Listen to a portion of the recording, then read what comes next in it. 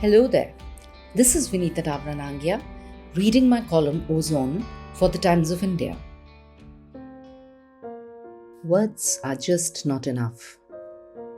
Words can be misunderstood and technology exhausting. Are you too missing real engagement during the pandemic? The one thing I'm missing during the forced isolation of the pandemic is meaningful engagements and conversations. Remember the kinds that lift your spirit and give you a sense of happy completion? The kind of interaction that makes you feel you achieved something the day you engaged in it. And before anyone advises me to call up friends, talk with them, or participate in Zoom get-togethers, let me record my protest. It is just not the same. There are friends you can connect with even after a gap of years since you last met. Then, there are those you never phone but connect amazingly with at social gatherings or book events. There is also a lot you only ever bump into at Khan Market, a Bandra restaurant, or Phoenix Mall. Some friends you like to meet over an evening drink or coffee. Then there are those you visit at their homes and welcome to yours. And of course, your school and college buddies, the ones you entrusted with your deepest, darkest secrets and shared the pangs of growing up with. Some friends are reserved only for holidaying with, yet others for mild flirtations. Why, many friends are great to just fight with. How can all these varied friendships be straitjacketed and reduced to that same phone call or video meet?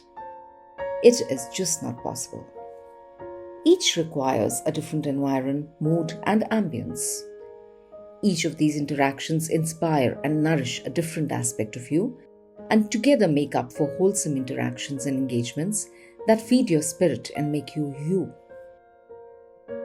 Connecting through technology is so exhausting. Long hours spent straining eyes and fingers, tapping away on WhatsApp, pressing the phone to your ear to hear better, walking around looking for a strong signal, or sitting ramrod straight in front of the computer. None of these can be a substitute for comfortably sitting back, tucking your legs under you on a sofa, looking straight into a friend's eyes and talking to your heart's content.